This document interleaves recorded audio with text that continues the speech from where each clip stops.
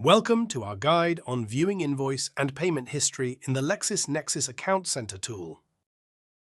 First, you can directly access the LexisNexis Account Center using your user ID and password. Alternatively, while signed into the Lexis service, click More in the upper right corner and then select LexisNexis Account Center. Once logged in, select Invoice and Payment at the top of the page. Next, select Invoices.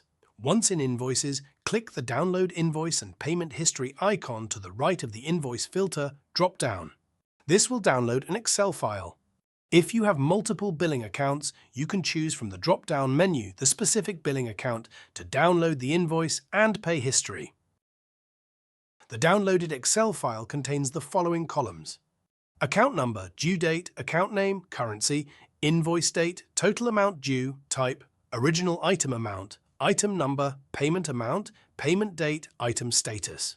The administrator should be able to view the list of billing accounts and the respective invoices, should there be multiple accounts, by using the filter functionality in Excel.